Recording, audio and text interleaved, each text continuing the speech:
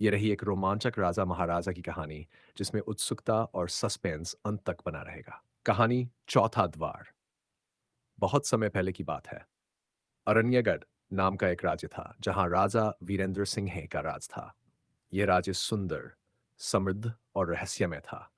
राजा वीरेंद्र सिंह न्यायप्रिय और वीर योद्धा था, लेकिन एक रहस्य ऐसा था जो पूरे महल में दबी जुबान से ही बोला जाता था। राजमहल का चौथा द्वार। राजमहल के 3 द्वारों से महल में आम आवाजाही होती थी, लेकिन चौथे द्वार को सदियों से बंद रखा गया था। उस द्वार के आगे हमेशा पहरा रहता और वहां जाने की सख्त मनाही थी, यहां तक कि रानी या राजकुमार तक को भी। एक रात राजकुमार आडेवीर, जो अब दुसियन वर्ष का हो चुका था, अपनी तलवारबाजी का अभ्यास कर रहा था। तभी उसकी नज़र महल के पुराने ग्रंथालय में रखी एक किताब पर पड़ी। उस किताब में लिखा था, जिस दिन चौथा द्वार खुलेगा, उसी दिन अरण्यगढ़ का भाग्य भी बदलेगा। राजकुमार की उत्सुकता बढ़ गई। उसने पिता से पूछा, लेकिन राजा का चेहरा उतर गया और उन्होंने सिर्फ इतना कहा, उस द्वार के पार सिर्फ अंधकार है बेटा। वहां जो गया, लौटकर कभी नहीं आया। लेकिन आड़ेवीर रुकने वाला नहीं था। अगले ही दिन आधी रात को उसने अकेले उस द्वार की ओर कदम बढ़ाए।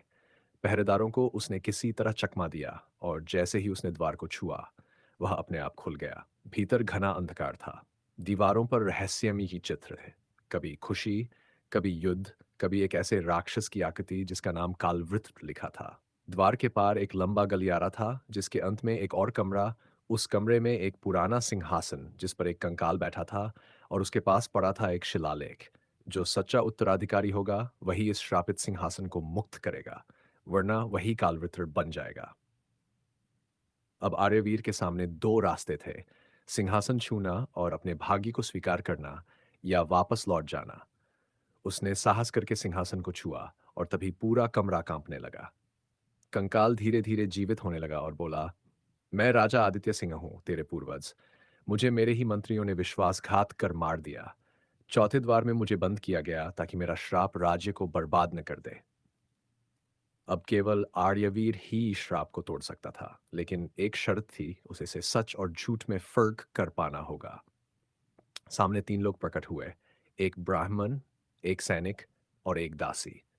तीनों ने कहा, मैं ही सच्चा वंशज हूँ। राजकुमार ने उनकी बातें